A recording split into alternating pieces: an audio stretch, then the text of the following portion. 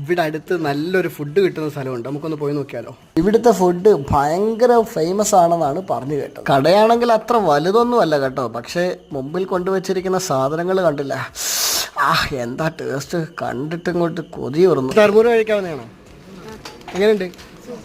അടിപൊളിയാ.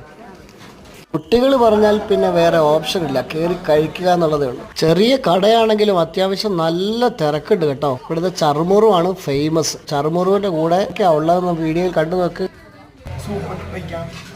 എല്ലാം കൂടെ എത്ര രൂപ? ഓർഡർ ചെയ്ത സാധനം വന്നിട്ടുണ്ട്.